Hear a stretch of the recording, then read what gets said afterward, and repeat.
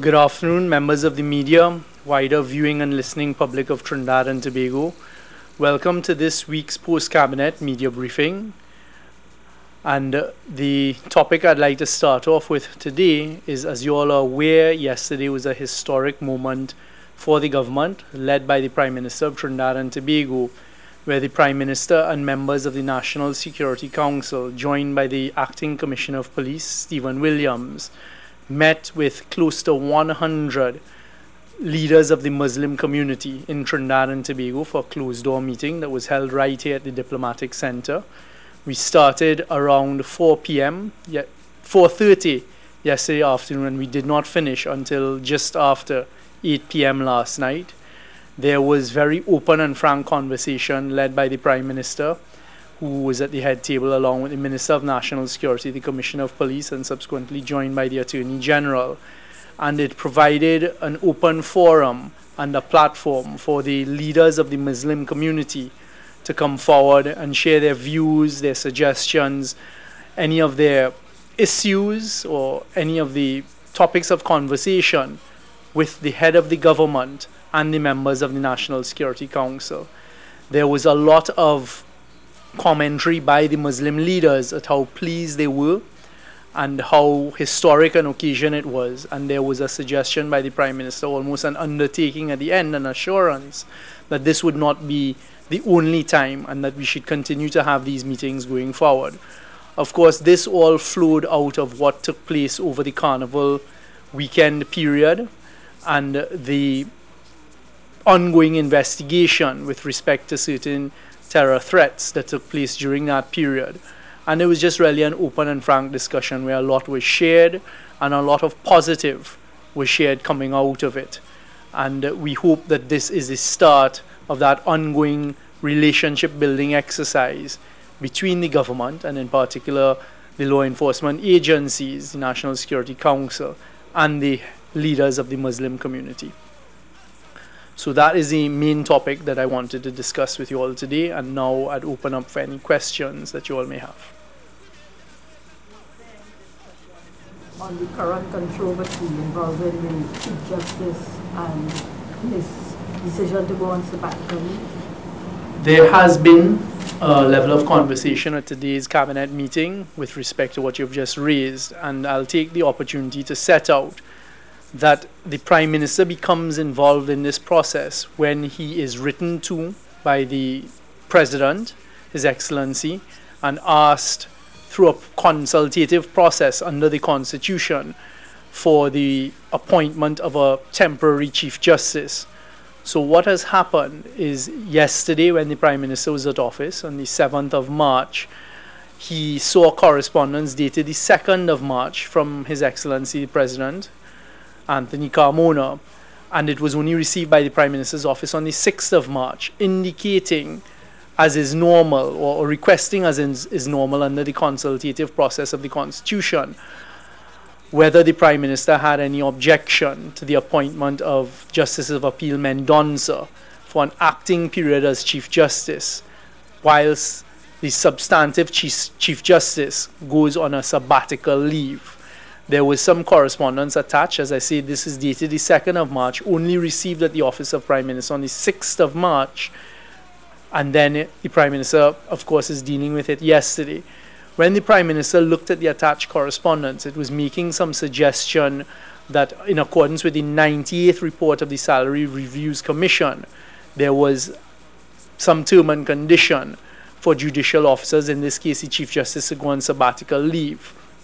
Of course, as you all would be aware, when the Salary Reviews Commission makes recommendations, those recommendations are then laid in Parliament as part of the process. After they're laid in Parliament, they have to be deliberated upon by the Cabinet of Trinidad and Tobago. The Cabinet of the Trinidad and Tobago can either reject, can adopt, or can even modify and amend the recommendations of a Salary Review Commission. When the executive, the Prime Minister, having received this piece of correspondence, for the first time being told of the possibility or the suggestion, or rather a decision, it appeared, for the Chief Justice to go on a sabbatical for 6 months, he then immediately consulted with or called for the 98th report of the Salary Reviews Commission. And that report did not have it as a recommendation that there be any sabbatical period for judicial officers. What it said is something to the effect that it was suggested to them, or a recommendation made to them, which they thought was not a bad idea in principle, that a sabbatical can be added to the terms and conditions of judicial officers. So it was not even put forward by the Salary Reviews Commission as a recommendation to then be laid in Parliament and then be taken on for the deliberation of the Cabinet. So the Prime Minister has now written, as of yesterday, to the President, His Excellency the President Anthony Carmona, asking that where does this whole issue, I'm paraphrasing here, where does this whole issue of a sabbatical arise, and why is he being called upon to enter into this consultative process for the appointment of an acting Chief Justice if there's no basis upon which to have sabbatical leave. So that is the position of the Honourable Prime Minister and the Executive, based on the documentation that is in existence and knowing the convention and the process as to how the Salary Reviews Commission recommendations come to pass. And if Cabinet takes a decision after deliberation to either modify, reject, or accept, what then happens is Cabinet instructs the Minister of Finance to issue a circular saying these are the terms and conditions going forward that have been agreed to by the Cabinet of Trinidad and Tobago. And when we have checked the records, including with the Cabinet Secretariat, there is no such term and condition in existence for the judiciary at this time. Can happen now, given the fact that the Chief Justice is due to leave on Sunday, and there's going to be, well, is there going to be a vacancy, or can the decision... Well, I am not here to speculate. So I've told you factually what has happened. I've told you factually the position that the Honourable Prime Minister plays in this whole equation. It's a consultation that he's now written to the office of the President. As we know, I think the substantive President is out of the country. But he's written asking, well, on what basis am I being asked to engage in this process? If the basis is that it be for the substantive Chief Justice to go on sabbatical, and there is no provision in law for the Chief Justice, no term and condition for a sabbatical to exist, then why are we engaging in this process? So I think what we must do now is wait for a response by the President to the Prime Minister. That would be the constitutional conduit, and I don't want to speculate as to what may happen, because there are a number of things that can play out in a scenario such as this. From the office of the President before the Chief Justice leaves on Sunday, and what will happen if you don't? Well, I can't guarantee anything for anybody, including and more so the office of the President. What I can tell you is that the Executive, i.e. the Prime Minister, has written to the office of the President, has put forward this position. It is now incumbent upon the office of the President, one would think, to respond to the Prime Minister.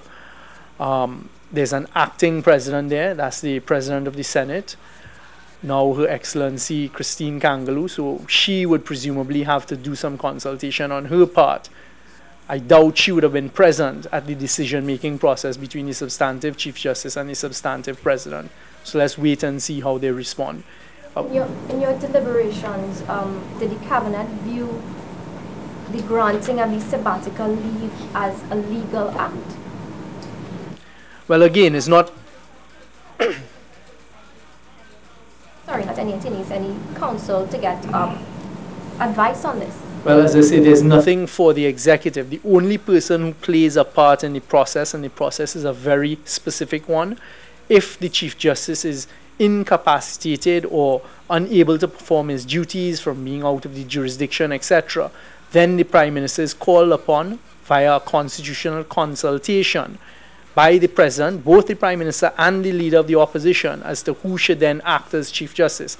That seems to have been invoked by the President based on, from the correspondence, it appears as though there was an agreement between the President and the Chief Justice that the Chief Justice can proceed on sabbatical.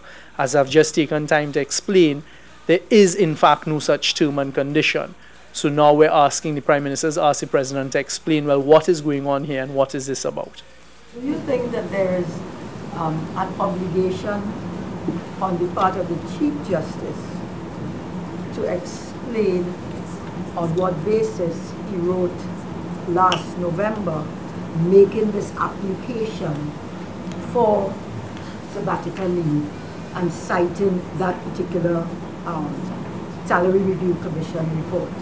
Well, again, Ria, I don't think it's for me to decide whether there's an obligation on the Chief Justice or not. I have absolutely no jurisdiction over the Chief Justice. The executive has no such jurisdiction. What we can do is we can state the facts as we know it, the facts as I've just outlined. Again, the only person of the executive who is playing a part in this is the Prime Minister.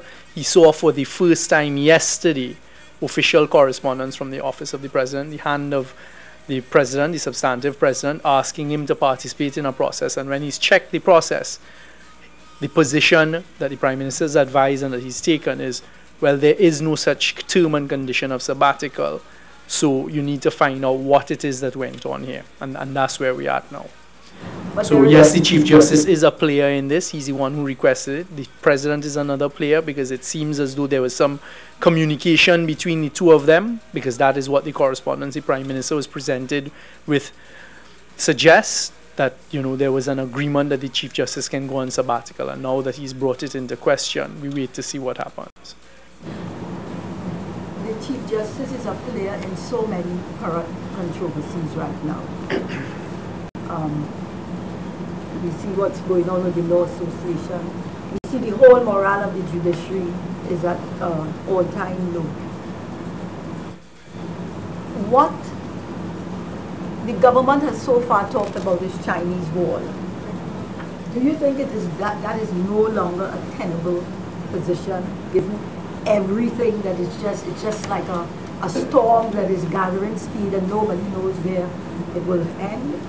The first point is the government isn't playing any part in any storm that is gathering anywhere. In all of these various issues and instances that you've referred to, you would notice the government plays no role in it. The Prime Minister has been very, very cautious in leading his cabinet to ensure that we stick with within the strict ambit of the Constitution and make sure that there's no drifting out of that, because drifting out of that can have all sorts of consequences, including adding to any current controversies that may exist. At this stage, the only thing that the Prime Minister was called upon is to respond to the President in a process of consultation, re the appointment of an acting Chief Justice in circumstances as described by the President, which may not exist in law. What is going on in the High Court, as we've seen and as we've read in the newspaper, and also just from observance, is a case between the Chief Justice and the Law Association. A judge at first instance has ruled, I saw in today's newspaper, that the Law Association has filed grounds of appeal. The matter is sub judice. There is no way at this stage the executive is going to be drawn into that, because we have no locus in that whatsoever. And when a matter is sub judice, it's active and live before the courts, and the government should play no role in that whatsoever. The government has signaled that it was moving to give the judiciary financial autonomy via legislation during this term. Do all these actions, all this trouble, all these difficulties give you pause in terms of proceeding with that? Not at this stage. That has not come up in current conversation. What I can tell you is both the Attorney General and the Minister of Finance are the persons who Cabinet has asked to lead that conversation and lead the charge in making that a reality. I know that they have met with the Chief Justice and the administrative arm of the judiciary. We saw the opening of the children's courts, which I think is quite a historic time for Trinidad and Tobago. It's the first that this type of specific court for dealing with children has been opened in this part of the hemisphere. And that is something where both the executive and the judiciary are working very closely together. And I know in that conversation, the whole issue of financial autonomy, etc., came up. Those conversations continue afoot. I am not privy to them, so I can't say at the specific point at which it has reached, but we have had reported to us by both the Minister of Finance and the Attorney General that those conversations are afoot. But the question that a lot of people have now is that there seems to be a lack of scrutiny and accountability. The Parliament doesn't have any powers of scrutiny over the judiciary. The Integrity Commission doesn't, a judge said they will no longer. So who exactly is going to look at this arm of government, and make them accountable? Because it seems as though, everything has to be settled via the courts. No other body can settle it. And there is a strong view that it's himself to himself when these matters go to court. Because it's the same people adjudicating on, if a court is required to interpret the Salary Review Commission, for example, do the recommendations, is a court interpreting the entitlements of the very same people who, are involved in the decision. So, I mean, what is the solution to this? Because it's not helping us. It comes back down quite simply to the Constitution. So the framers of our Constitution set out a procedure in there, and there are merits and advantage in having insularization of your judiciary, because you can have the opposite argued, that an executive is trying to put pressure on a judiciary to get the judiciary to decide cases, because the executive has a lot of cases before the courts, and to put that pressure. So the framers of the Constitution were very, very careful to set up a procedure for the disciplining of judges and the Chief Justice. That continues to exist in law. A few years ago now, 2018, it was I think 2006 or thereabouts, we had a test of that whole section 137. It was then the Chief Justice Sharma, and there was a case where the Deputy Director of Public Prosecutions took a decision to bring criminal charges against the then sitting Chief Justice Sharma, and it went all the way up to Privy Council. It started in June of that year. We had a decision from Privy Council all the way in November. That is now Commonwealth precedents in that particular area of law. The court systems can work. It is the framers of the Constitution, so it fit to set up that procedure. At this stage, the only way to change such a procedure, of course, would require a serious special majority, probably a three-quarters special majority. As an executive, we continue to look on. It brings a number of questions into play. Very soon we'll be announcing as a government that we're going to have colloquiums on looking at the whole purpose in today's day and age of service commissions, because the same sorts of arguments can be made in dealing with the public service and this infrastructure that was put in place under the Constitution. But as it currently stands, one can argue in law there is a level of accountability over the judges and the judiciary, and this is the process that the framers of the Constitution saw fit. That's the current process. This executive is not going to trespass on that. If it crosses a certain hurdle and it then comes into the ambit of the Prime Minister having to do certain things, I am sure he will do what he needs to do at that point in time. I do. You don't think the government is I don't want to say scared, but the trauma of the last experience may create... Absolutely not. I could stand there and say without fear of contradiction, especially this Prime Minister who leads this administration has absolutely no fear of taking on what is status quo. He has shown that by taking on very, very difficult areas of corruption and just not letting certain things that have existed for very long continue to exist in that way. Petrotrin is another example, etc. If the occasion arises, and that is an occasion that is clearly defined in the Constitution at 1 Section 37, I am certain that the Prime Minister will do what he is called upon to do. Just to confirm, OPM has not yet approved the appointment of any acting Chief Justice, just to confirm. Well, it's not OPM. The Prime Minister is only called upon in that equation to be consulted by the President. The President has triggered the process, and the President has said, look, I am intending to appoint Justice of Appeal Mendonça during this period on this basis. The Prime Minister, upon consultation is not a rubber stamp. It means tell me your views. The Prime Minister has looked at it and said, but hold on, this doesn't exist in law, this term and condition, so tell me what is going on here. So no, there has been no agreement to to anyone, and one can argue that has not yet occurred because presumably it would be triggered when the Chief Justice goes on sabbatical, which I heard you say, I think is from the 11th of March, which is Sunday. So there's still some time. Is that the only question posed to the Office of the President? Where did this come from? Where did these... As I say, I'm paraphrasing. I don't have the correspondence here with me, but yes, my understanding is the Prime Minister has said, you've written to me in these circumstances via consultation in accordance with the Constitution on this basis, but this basis doesn't exist in law. So what is going on here? The President can't ignore the Prime Minister's concern or question constitutionally. He can ignore it constitutionally. I think the lawyer in me would answer that this way. At the end of the day, there's a consultation process. The decision maker is the President. In circumstances like this, if I were advising the Office of the President as a lawyer, I would say, you cannot ignore what has been raised with you. You need to address it frontally. Cannot ignore it. If I were advising the Office of the President, which I'm not called upon to do, but as a lawyer, I would say, this is a serious concern that has been raised. You now have an obligation to consider it. Yeah, let's just say that this sabbatical leave does exist in some policy or document and it is legal. Does that make it ethically okay? And I'm asking that in the context of other judges publicly saying that they don't know anything about this, and it would seem to be that the Chief Justice has the first go at this facility. As you would know by now, and as I always answer, I'm not in the realm of speculation. So that is not the factual situation. That's a hypothetical situation because I've said very clearly, and I have looked at it personally as well, that it does not exist in law.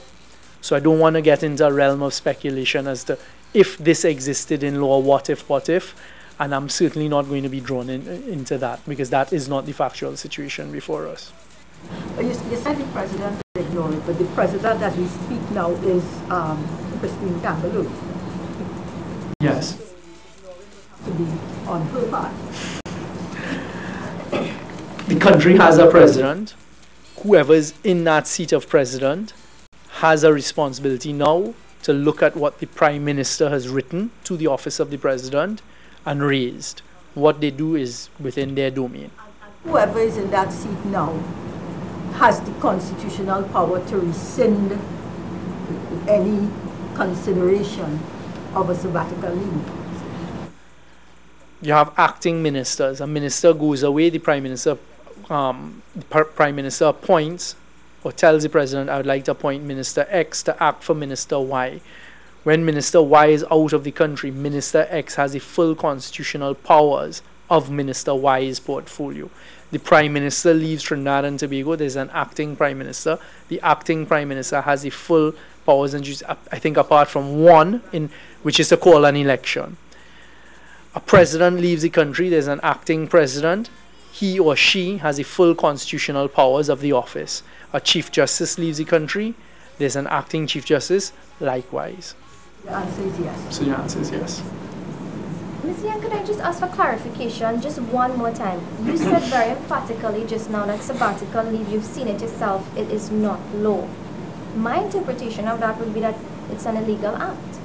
That's your interpretation, you're entitled to your interpretation. I've said very clearly that the Salary Reviews Commission, what that has said, the recommendations, is not contained as a recommendation.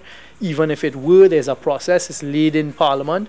Even when Parliament passes it through Parliament and approves it, it's then up to a Cabinet to accept, reject, modify, and after Cabinet does that, they then instruct the Minister of Finance to put out a circular.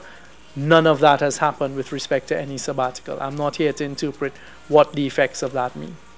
If this sabbatical is allowed to go through and becomes precedent, it means therefore that you could never remove it, because if my normal understanding is you can't change any terms and conditions of judges to their detriment. So that once this goes through, that's it. Everybody will be able to, you can't take it back. There's no turning back. Again, I'm not going to enter into the realm of speculation. I don't think we're quite there as yet. I think the Prime Minister has raised a very important point, that this does not exist as a term and condition. So I think those who are utilizing it or relying upon it are now the ones that you all need to direct some of these questions to, not the executive, because the executive has played its part and said, look, this doesn't exist as a term and condition. One final question. Do you think that in considering all of this, the fact that the president is on his way out affected decision making in this matter? Again, unfortunately, that question falls directly into the realm of speculation. I can't say what is or isn't in the president's mind when he or she is making a decision, and what it is that may have played in this president's mind at the time. The topic, if you don't mind, the topic that you started off with, the meeting with the Islamic community. One member said he was barred from entering the meeting, Umar Abdullah. Could you tell us why, if that wasn't... Well, when you say one member, this was a meeting where we invited leaders of the Muslim community to discuss both a specific topic, i.e., as I said, what happened over the carnival period, and then to open dialogue. Mr. Abdullah was not on the guest list. I think we would all be burying our heads in the sand if we did not accept the fact that Mr. Abdullah, Umar Abdullah, is on international television that has now been broadcast worldwide, seeing that he recruited for ISIS. I don't think that anyone in this government thinks that ISIS is not a terrorist organization. So Mr. Abdullah was not invited. It's no different to any other function when you're an invitee and you're not an invitee. If you're not invited to a function that is by invitation only and you turn up, you know you're not going to get inside. I think Mr. Abdullah knew that very specifically before he turned up yesterday and was entertained by the media. Another topic, I'm not sure if you will have time to speak on this, the Galleon's Passage. It was reported that there's to be an installation of canopy and toilets to be done in Cuba. Could you tell us what would be the added costs? Because I don't have that specific information here with me, but from what I've seen, ironically, in the media, I think Minister Imbert has said it is somewhere between 200 and 300,000 US in total for those specific items. And that is a question best directed to NIDCO, who is the entity that is overseeing the arrival of the Galleon Passage, and as well as the maintenance, the operation, etc. I think what I really wanted to ask is that if you'll expect to have any other added costs along the way, and what will be the final cost? Because I don't think people know. The final cost we'll be able to tell you when it finally gets here. I can't tell you what's going to happen between now and then. I can tell you what is planned. I can tell you what is scheduled, and you all have been notified with respect to that. But I don't know. I don't know if they meet bad weather and they use more fuel and they're going to need to top up on fuel along the way that was unpredicted. I have no idea what is going to happen. Projected figure. There's no projected figure. There will be something called a contingency. A contingency is for unplanned events. There would be some money set aside for that. We are hoping, fingers crossed, that it gets here safely and without any unscheduled stops or without any unpredicted predicaments or anything like that. At the end of April. There is a report that Minister Maxi Kafi requires additional solutions. Can you confirm that? Or? I have been in contact directly with Minister Kafi's wife, and yes, he does require, I don't think you can quite call it additional surgery. There is some surgery that needs to be performed that is a normal part of what he has gone through. So though the government will be... The government has been approached, but the government had also said at the outset, and I think the Prime Minister has clarified within the last couple of weeks, is my recollection, what the government's contribution would be for what Minister Kafi's medical expenses are. So that was this surgery or this procedure included in that cost? Or that what the government did is they gave, look, this would be a ceiling up to which the government is prepared to foot, and that is the ceiling as it currently stands. would be at his own Well, cost. I'm not quite sure where they are with respect to the ceiling and this type of thing. A request has been made, I can put it that way. Minister Young, to your knowledge, is there any provision in the law that prevents the Chief Justice from leaving the jurisdiction if there's contention over an acting appointment? If there's contention over... If there isn't an acting appointment in place, can he leave the jurisdiction? I don't think there's anything that prevents any citizen, apart from if you're incarcerated in law, from leaving the jurisdiction.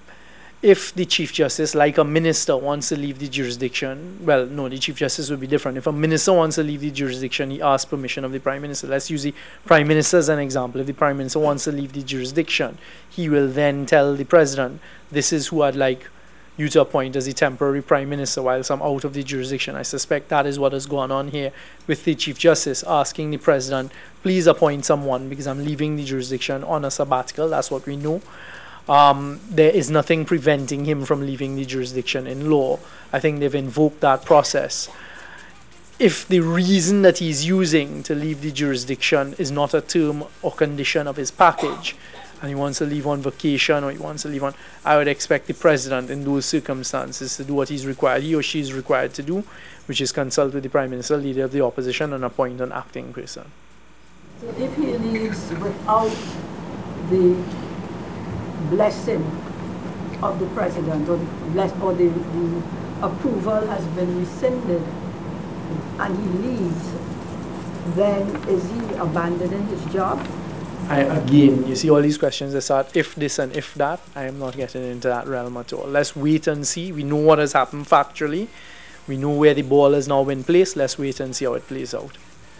Okay, I'd like to thank you all very much for your participation this afternoon and for just being our members of the media. And thank you all. And might I take this opportunity, I should have said it at the outset, on behalf of the government of Trinidad and Tobago, on this International Women's Day, to just wish all of the women in our society who play a very important role in all of our lives and hold together the structure and fabric of our society.